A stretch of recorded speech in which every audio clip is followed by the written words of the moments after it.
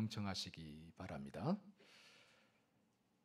각 동네 사람들이 예수께로 나와 큰 무리를 이루니 예수께서 비유로 말씀하시되 씨를 뿌리는 자가 그 씨를 뿌리러 나아가서 뿌릴새 더러는 길가에 떨어지매 밟히며 공중의 새들이 먹어버렸고 더러는 바위 위에 떨어지매 싹이 났다가 습기가 없으므로 말랐고 더러는 가시떨기 속에 떨어지매 가시가 함께 자라서 기운을 막았고 더러는 좋은 땅에 떨어지매 나서 100배의 결실을 하였느니라. 이 말씀을 하시고 외치시되 들을 귀 있는 자는 들을지어다. 제자들이 이 비유의 뜻을 물으니 이르시되 하나님 나라의 비밀을 아는 것이 너희에게는 허락되었으나 다른 사람에게는 비유로 하나니 이는 그들로 보아도 보지 못하고 들어도 깨닫지 못하게 하려 함이라. 이 비유는 이러하니라.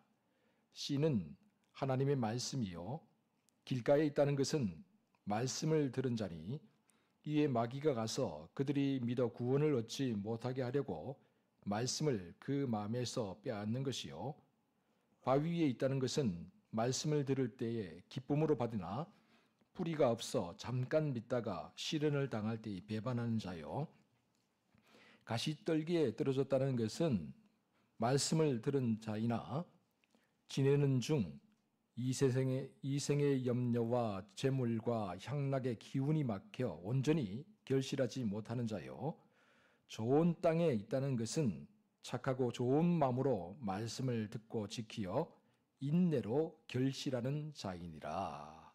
아멘. 할렐루야. 하나님께서 이 시간 크신 은혜와 사랑을 우리 모두에게 베풀어 주실 줄 믿습니다. 가만히 생각해 보면 제가 어릴 때 가장 싫어했던 일들 중에 하나가 밭에 가서 물을 주는 거였습니다. 아마 경험해 보신 분들 우리 많을 텐데요. 특별히 무더운 여름날 학교를 마치고 밭에 가서 물 좀 주고 오느라 그러면 그렇게 짜증이 날 수가 없었어요. 저희 밭이 산 밑에 있었는데 산 바로 밑에 있었는데 크고 넓었는데 단점들이 많았습니다. 첫 번째는 뭐냐면 이 산 밑에 있다 보니까 연못도 없고 냇가도 거리가 멀어요. 그다음 물을 주기가 굉장히 불편한 거죠. 그리고 또 산 밑에 있다 보니까 땅이 척박합니다. 기름지지를 못해요. 그래서 부지런히 물을 갖다 줘야 겨우겨우 그렇게 결실을 거둘 수가 있었는데 여름철 되면 물 당분이 접니다. 다른 친구들은 다 바쁘잖아요. 다른 일 하느라고. 그래서 꼭 학교 갔다 오고 나면 제가 물을 떠다가 그 넓은 밭에 물을 다 줘야 돼요. 근데 다른 친구들은 더우니까 책가방 던져놓고 물놀이하러 간다고 다 냇가에 가서 놀고 있는데 저 혼자 가서 물을 주고 있으니까 짜증이 나겠습니까? 안 나겠습니까? 얼마나 짜증이 나고 신경질이 납니까? 그러니까 물 주다가 꾀가 생깁니다. 어떻게 해요? 물을 떠와서 물을 마치 고양이 오줌 두듯이 소나기가 한번 씩 지나가듯이 그렇게 슬컹슬컹 주고 물 줬다고 어머니가 말했으니까 그들은 물 줬다고 하고 어떻게 해요? 쌩하니 냇가로 도망가는 거죠. 친구들하고 놀려고. 그죠? 그런데 이게 얼마 안 있으면 다 문제가 생깁니다. 왜요? 이 식물들은 물을 흠뻑 줘야 잘 자라는데 물을 주다가 만 것처럼 주면요 바싹바싹 잎이 마릅니다. 바싹바싹 말라요. 고구마, 감자, 옥수수 이런 잎들이 바싹바싹 마르거든요. 금방 표가 나죠. 그러면 어머니에게 불호령이 떨어집니다. 야! 물을 주랬더니 도대체 물을 준 거야 안 준 거야? 그럼 적어도 나름대로 변명이 있습니다. 그죠? 나름대로 변명이 있어요. 어떻게 해요?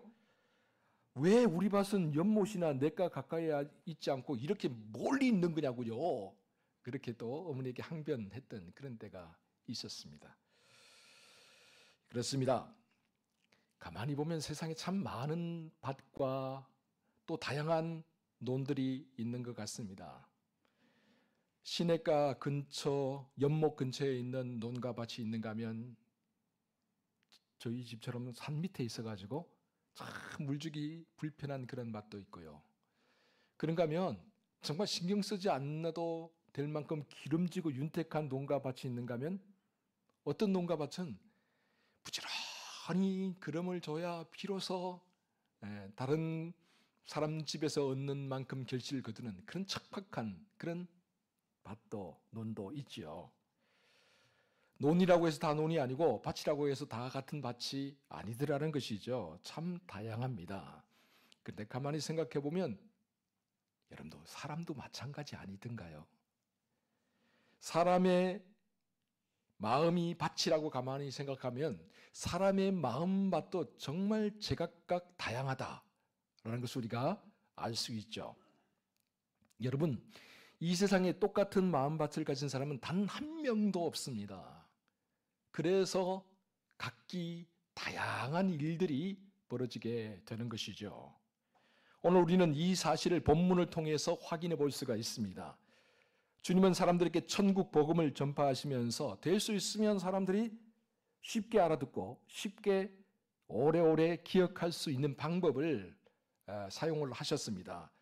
그래서 사람들이 접하기 쉬운 일상생활에서 익숙한 그런 사건들이나 아니면 사물들이나 그런 것들을 비유로 들어서 이야기를 종종 하셨죠. 심지어 마태복음 13장을 보면 주님은 비유가 아니면 말씀하지 않았다라고 할 만큼 비유를 자주 사용한 것을 우리가 확인해 볼 수가 있습니다.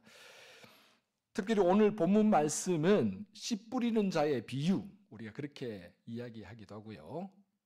또 네 가지 밭의 비유라고 그렇게 말을 하기도 하는 아주 유명한 비유의 말씀입니다.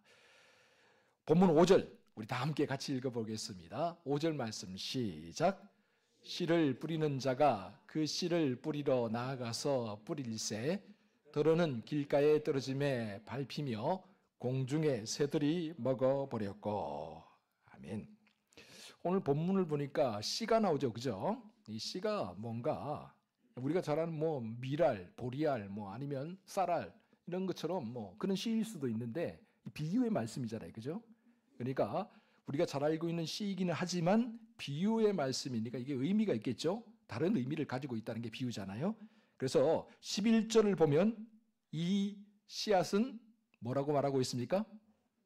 하나님의 말씀이다. 주님 그렇게 해석을 해주시죠, 그죠? 맞습니다. 하나님의 말씀, 지금 예수 그리스도께 전하시는 천국 복음이 바로 씨앗이다라는 것을 우리가 알 수 있습니다. 그리고 본문에 또 밭이 나오는데요. 네 가지의 밭이 나오죠. 이 네 가지의 밭은 그러면 무엇을 비유로 든 건가요? 사람의 마음밭을 이야기한다. 그러니까 씨앗이 뭐고 밭이 뭔가를 알고 이 말씀을 읽어야 비로소 이 말씀이 의미가 다가오게 된다라는 것을 우리가 알 수가 있습니다. 여러분, 씨앗은 항상 동일합니다. 변함이 없어요. 하나님 말씀은 어제나 오늘이나 영원토록 변함이 없는 말씀임을 믿으시기 바랍니다. 씨앗은 동일해요. 천국 복음은 언제든지 동일해요. 그런데 이 씨앗을 받는 마음밭은 동일할까요? 다를까요? 다르다고 이야기하고 있습니다. 사람이 100명이 모이면 100가지의 마음밭이 있어요. 100명 중에서 똑같은 마음이 하나도 없어요. 그런데 주님이 오늘 편안하게 우리가 알기 쉽게 이야기해서 네 가지 밭에 대해서만 이야기를 하고 있습니다. 100가지 밭이 있지만 1000가지 밭이 있고 수만 가지 밭이 있을 수 있지만 그래도 크게 분류해 보면 네 가지의 밭이 있다. 그렇게 이야기를 하고 있는 대목이죠. 자, 먼저 길가의 밭이 나오죠. 우리가 읽었던 본문 5절인데 다시 한 번 더 읽어보도록 하겠습니다. 5절 말씀 시작. 씨를 뿌리는 자가 그 씨를 뿌리러 나아가서 뿌릴새 들은 길가에 떨어짐에 밟히며 공중의 새들이 먹어버렸고. 아멘. 첫 번째 밭이 어떤 밭이라고요? 길가의 밭. 사실은 이건 밭이라고 할 수는 없어요. 밭이나 논에 이 씨앗을 뿌리는데 농부들이 실수로 이 씨앗이 어디로 떨어집니까? 길가에 떨어진다. 그런데 우리가 분류하기 위해서 길가 밭이다. 그렇게 이야기를 하고 있는 거죠. 길가에 떨어지니까 어떻게 될까요? 지나가는 사람들이 이 씨앗을 밟아버립니다. 또 때로는 길가에 떨어지니까 흙에 묻히지 않으니까 새들이 보고 어떻게 해요? 다 먹어버리는 거죠. 쉽게. 그죠? 그렇습니다. 이게 비유이기 때문에 그러면 이 비유 길가에 의미가 있을 게 아니냐. 그 길가의 의미가 도대체 뭐냐. 그 의미에 대해서 주님께서 오늘 본문 12절에서 이렇게 해석해 주고 계세요. 우리 본문 12절 말씀을 같이 한번 읽어봅니다. 시작. 길가에 있다는 것은 말씀을 들은 자니 이에 마귀가 가서 그들이 믿어 구원을 얻지 못하게 하려고 말씀을 그 마음에서 빼앗은 것이요. 아멘. 여러분, 길가에 씨앗이 떨어졌다. 사람들에게 밟히고 새들이 다 먹어버린다. 싹도 내지 못하고 뭐 열매 맺는 거는 뭐 물론이죠. 싹조차 틔우지 못한다. 그게 어떤 의미냐? 하나님의 복음이 떨어지긴 떨어져요. 마음밭에. 그런데 그 마음밭이 길가와 같아서 이게 심겨지지가 않는 거예요. 그러니까 어떻게 합니까? 새들이 먹는 것처럼 마귀 사탄이 와서 그 말씀들을 다 빼앗아 가버린다라는 거예요. 아무리 하나님 말씀이 폭포수처럼 쏟아져 내려도 그 마음이 길가의 밭과 같으면은 하나도 싹조차 틔우지 못하고 사라져 버린다. 참으로 안타까운 말씀이 아닐 수가 없죠. 어떤 부흥사 목사님이 이렇게 이야기한 적이 있습니다. 우리가 복음을 듣고 있을 때 마귀도 역시 돌아다니면서 우리가 복음을 깨닫지 못하도록 가장 열심히 활동을 한다. 여러분, 그렇습니다. 우리가 하나님 말씀을 읽고 듣고 또 묵상하고 있을 때 이 말씀이 우리 마음 깊이 새겨지고 뿌리를 내려야 되는데 그렇지 못하도록 누가 활동한다고요? 마귀 사탄이 활동을 한다라는 거예요. 오늘 주님도 말씀하시죠? 길가에 떨어지면 그 모든 씨앗들을 누가 가져가 버린다고요?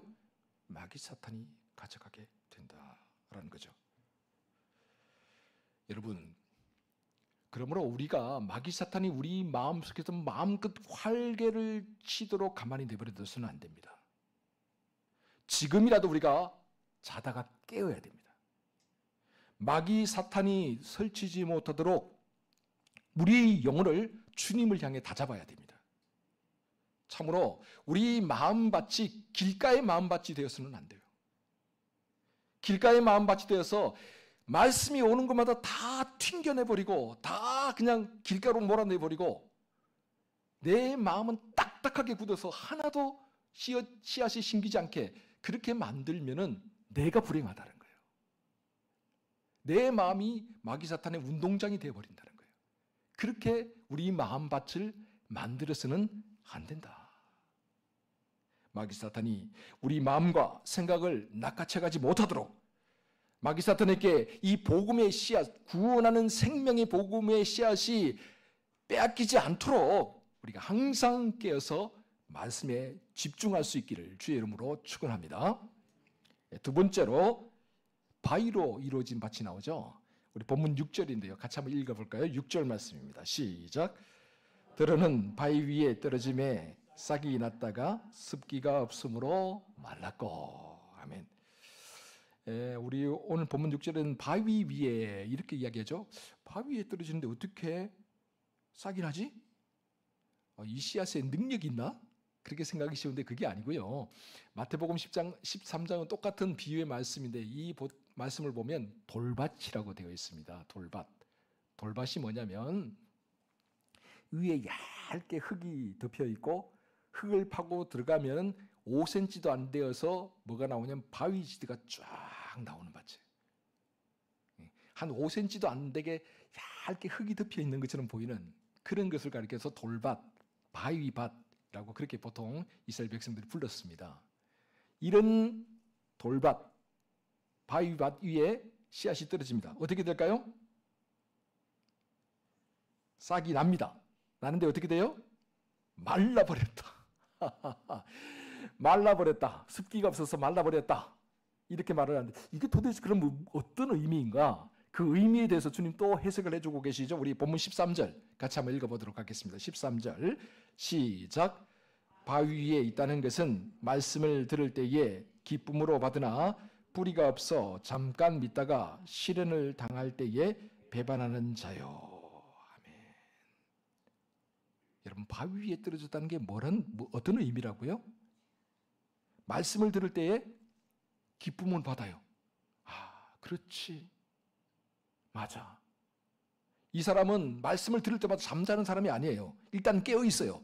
깨어서 들으면은 그렇지. 저게 하나님 말씀이야. 라고 그렇게 인정해요. 기쁨으로 받아요.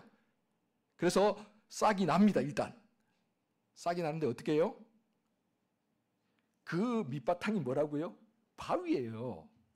그러다 보니까 싹이 났다가 조금 어려운 일이 있고, 그러니까 햇빛이 쨍쨍 내리쬐고 또 비가 오지 않고 그렇게 되면 어떻게 됩니까? 금방 시들어버린다. 그런데 이 햇빛과 이 물기가 없는 것을 주님은 뭐라고 말씀하시냐? 잠깐 믿다가 시련을 당할 때에, 우리 믿음으로 말미암아 환난과 핍박이 다가오게 되면 이런 돌밭과 같은 마음밭을 가진 사람들은 금방 예수님을 배반하고 세상으로 돌아가 버린다. 그렇게 말씀하시는 거예요. 사랑하는 성도 여러분, 말씀은 우리에게 생명과 기쁨을 주기도 하지만 때로는 우리에게 시련과 고통을 주기도 한다는 사실을 기억하시기 바랍니다. 여러분, 우리가 예수 믿는 사람으로서 말씀대로 살려고 하면 우리에게 좋은 일만 있느냐? 그렇지 않을 때도 있어요. 세상에 나가서 우리가 말씀대로 살려고 하면 세상이 우리를 가만히 내버려 두지 않잖아요. 예수 믿기 때문에 내가 술 안 먹어. 예수 믿기 때문에 내가 담배 안 피워. 예수 믿기 때문에 내가 교회 주일날 가야 돼. 그러면 세상 사람들이 다 너 예수 믿으니까 그렇게 살아 인정해 주던가요? 야, 예수 믿는 게 뭐 대수라고 그러냐? 그러면서 오히려 우리를 유혹하고 오히려 우리를 그 길로 가지 않아도 돼 라고 우리에게 시련을 줄 때가 많다라는 거예요. 그럴 때 돌밭과 같은 마음 가진 사람들은 금방 배반해 버린다. 금방 돌아서 버린다는 거예요. 싹이 난 것 같은데 금방 시들어버려, 죽어버려요. 그 믿음이. 사랑하는 성도 여러분, 어떤 일이 있어도 우리 믿는 그리스도인들은 말씀의 기준에서 살아야 됩니다. 하나님의 말씀이 우리 기준이 되어야 돼요. 우리 삶의 기준, 우리 가치의 기준이 되어야 돼요. 여러분, 세상 사람들은 세상의 가치 기준을 가지고 살잖아요. 그래야지 그들을 살아남을 수 있는 거잖아요. 그러나 하나님을 믿는 사람들은 하나님 주신 말씀이 기준이 되어서 살아야 돼요. 왜? 우리는 하늘 생명을 가지고 하나님 나라를 소망하면서 사는 사람들이잖아요. 그렇다면 달라야 되죠. 구별된 삶을 살아야 되는 거죠. 그러면 끝까지 말씀 붙들고 끝까지 믿음의 길을 달려가는 저와 여러분 모두가 될 수 있기를 주의 이름으로 축원합니다. 자, 세 번째 또 밭이 있어요. 세 번째 밭이 가시떨기로 가득한 밭이라고 나오는데요. 우리 본문 7절입니다. 함께 읽어보도록 하겠습니다. 7절 말씀 시작. 들어는 가시떨기 속에 떨어짐에 가시가 함께 자라서 기운을 막았고. 자, 말씀이 씨앗이 떨어졌는데 이번에는 어디에 떨어져요? 가시떨기 속에 떨어졌다. 그랬더니 이 복음의 씨앗과 함께 뭐가 같이 자랍니까? 가시가 함께 자라요. 이번에는 같이 자랍니다. 잘 자라요. 예. 마치 논에 우리 논농사를 잘 지으시니까 논에 딱 벼를 심으면은 벼만 자라는 게 아니라 뭐도 같이 자라죠? 예, 피, 예, 가라지, 예, 성경 말하는 가라지도 같이 자라는 것처럼 가시떨기에 딱 떨어지면 이게 씨앗만 자라는 게 아니라 가시도 함께 쭉 자라 올라가게 된다. 근데 보통 때는 문제가 없어요. 근데 이게 다 자라서 열매를 맺으려고 하면 문제가 생기는 거예요. 열매를 맺을 때 되면 문제가 생깁니다. 왜요? 같이 자라갖고 이 가시가 이 씨앗을 덮어버리는 거예요. 그래서 열매를 맺지 못하게 만들어 버리는 거죠. 여기에 대해서 주님께서 또 이게 무슨 의미인가에 대해서 본문 14절에서 해석을 해주고 계시죠. 우리 본문 14절 말씀 함께 읽어보도록 하겠습니다. 시작. 가시떨기에 떨어졌다는 것은 말씀을 들은 자이나 지내는 중 이생의 염려와 재물의 향락에 기운이 막혀 온전히 결실하지 못하는 자요. 아멘. 여러분, 가시니까 그러니까 가시가 뭐라고요? 이생의 염려와 재물과 향락들이다. 맞아요. 우리가 하나님 말씀, 이 씨앗을 받을 때, 우리 마음밭에 받을 때에 어떤 사람들은 이 마음밭에서 가시도 함께 자라는 거예요. 함께 자라요. 가시가 함께 자라서 이 씨앗이 자랐으면 열매를 맺어야 돼. 열매를 맺을 때가 되면 이 가시가 이 나무를 자꾸 가리는 거예요. 어떤 걸로요? 염려, 재물, 향락. 정말로 이 말씀대로 살아가면 내 삶에 아무런 문제가 없는 걸까? 정말로 말씀대로 살아가면 내가 가진 재물에 손해가 되지 않을까? 정말로 말씀대로 살아가면 내가 이 세상에 누려야 될 것도 못 누리면서 살아가는 건 아닌가? 이런 마음들이 자꾸만 생기는 거예요. 야, 내가 말씀대로 살아가면 세상 친구들 다 떠나버리는 거 아니야? 외톨이 되는 거 아니야? 야, 내가 말씀대로 사업하면 쫄딱 망하는 거 아니야? 이런 염려들, 이런 재물과 또 세상에 누려야 될 향락에 대한 그런 것들이 내가 제약을 받지 않을까? 내가 문제가 생기지 않을까? 끊임없이 다가와서 우리를 유혹하고 우리를 찌른다는 겁니다. 왜요? 열매를 맺지 못하도록.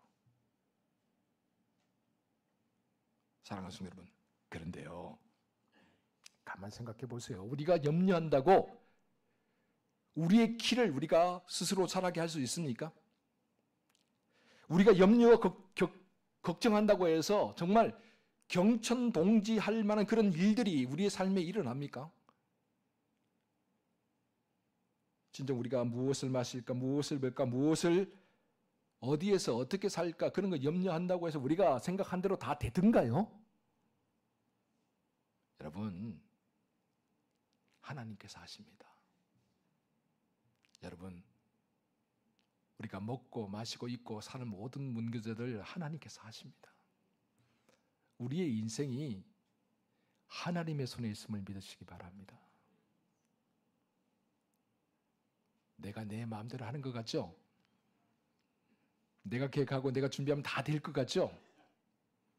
그렇지 않습니다.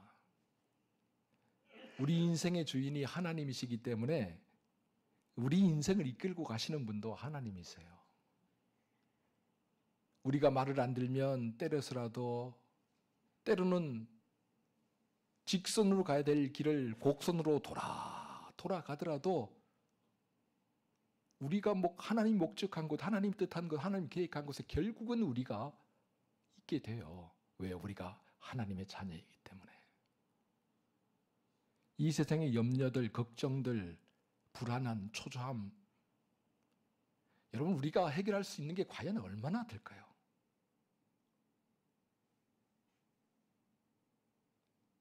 제가 교회 건축을 하면서 정말 마음속에 염려, 불안, 걱정이 많이 찾아올 때가 있더라고요. 자다가도 벌떡벌떡 일어나갖고 어떻게 해야 되나 고민할 때가 있었습니다. 지금은 좀 많이 지나갔습니다, 사실. 예.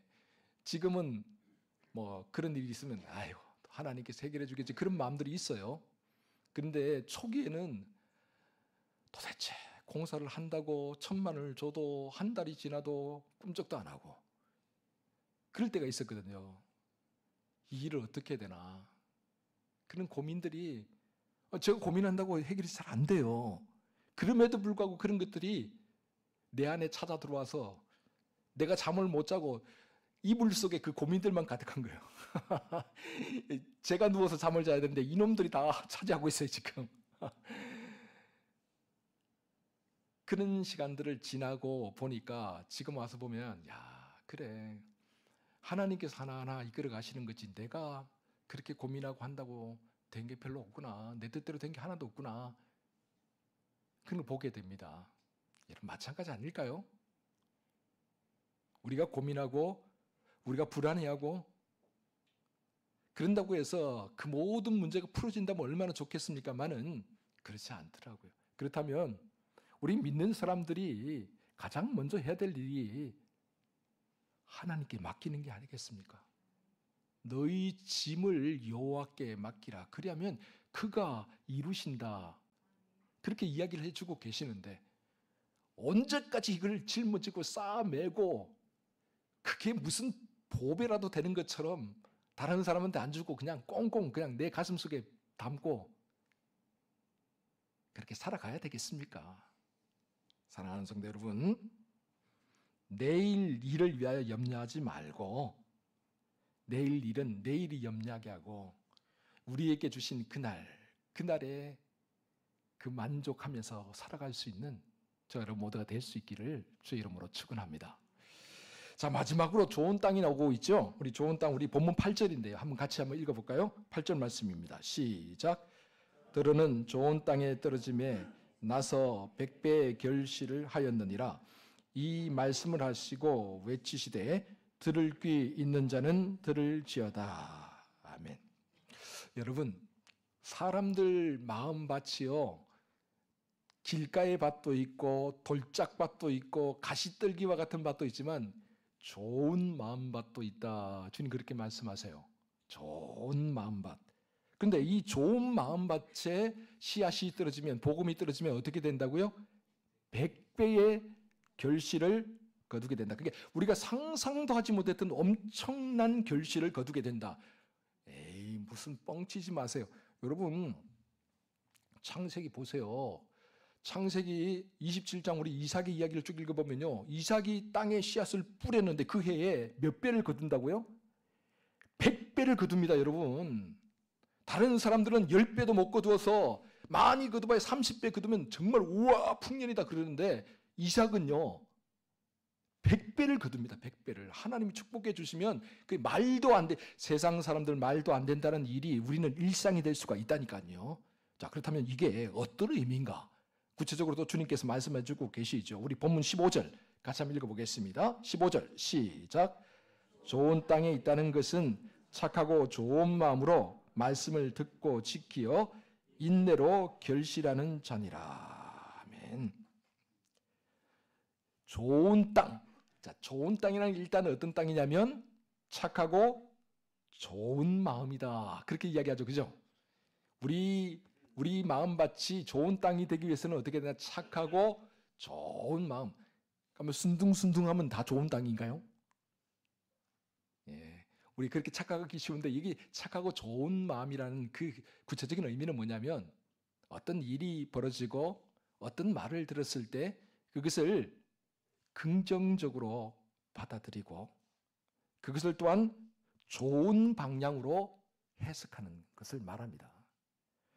그러면 여러분, 악하고 나쁜 마음도 있겠죠? 그건 어떤 겁니까? 어떤 일이 딱 일어나면 일단 마음이 삐뚤어지거나 왜곡되어서 그걸 좋게 받아들이지 않는 거예요.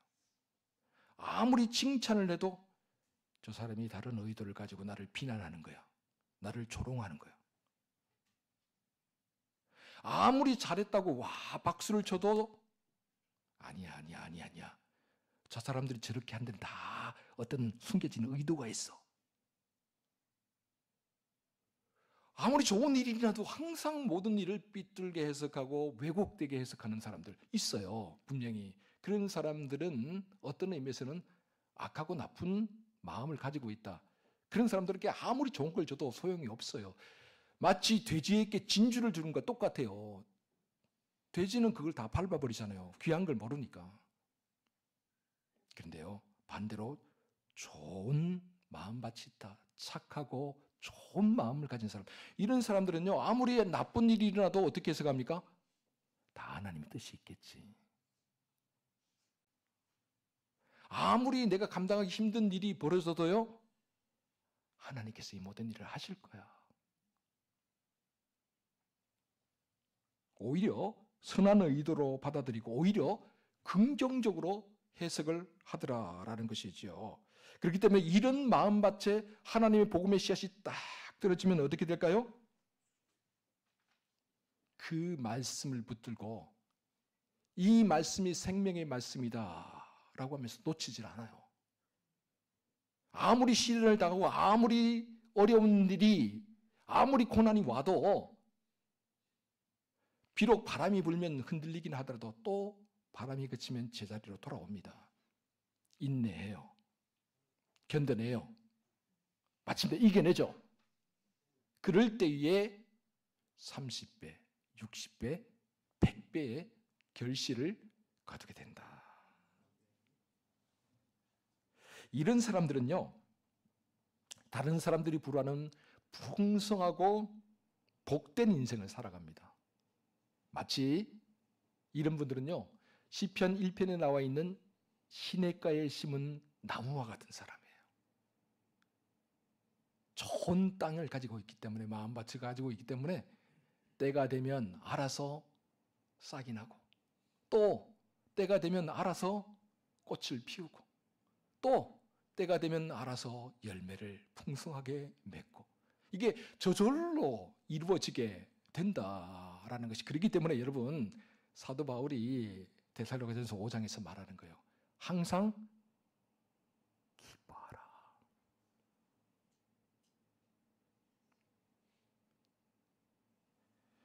이렇게 비유를 마치면서 주님께서 마지막으로 우리에게 부탁을 하신 말씀이 있는데, 어떤 말씀이냐? 들을 귀 있는 자는 들을지어다. 여러분, 사람이 태어나면서 귀가 없는 사람이 있습니까? 우리 성도들 중에 귀가 없는 분이 계신가요? 다 귀가 있죠. 귀가 없는 사람은 없습니다. 다. 그렇기 때문에 사람이 듣고 싶지 않다고 해도 누워 있어도 들릴까요? 안 들릴까요?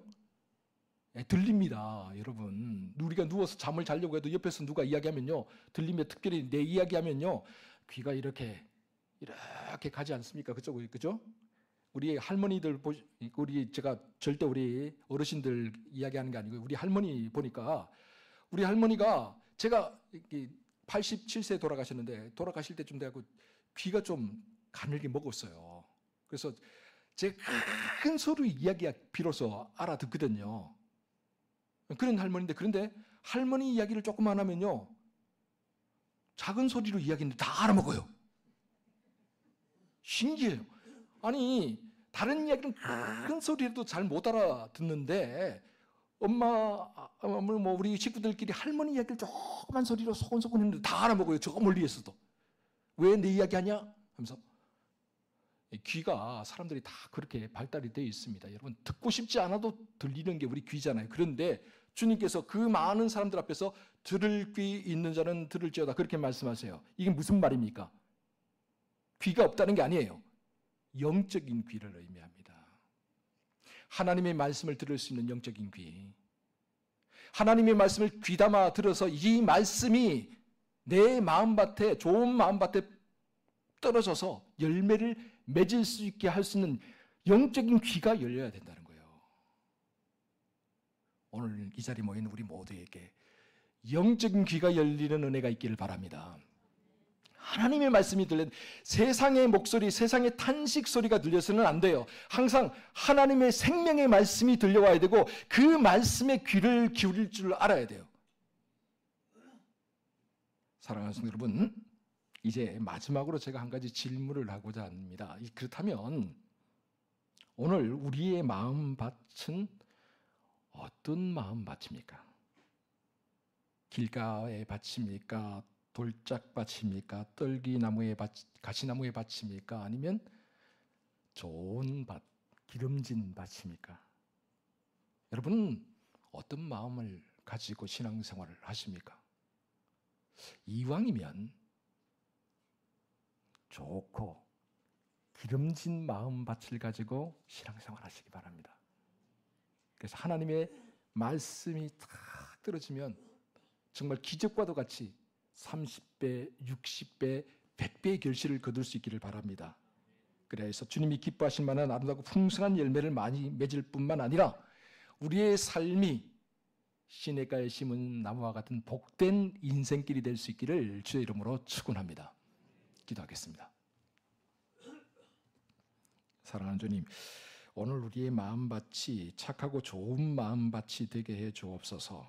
길가의 밭이나 돌짝밭이나 가시떨기 밭이 아니라 참으로 착하고 좋은 마음으로 말씀을 받아들이게 하시고 또 그 말씀을 붙들고 인내함으로써 끝까지 그 말씀을 지켜서 주님이 원하시는 아름답고 풍성한 열매들을 맺게 해 주옵소서. 그래서 우리 자자손손이 대를 이어서 복을 받게 하여 주옵소서. 이 모든 말씀을 우리 구주 예수 그리스도의 이름으로 기도합니다. 아멘.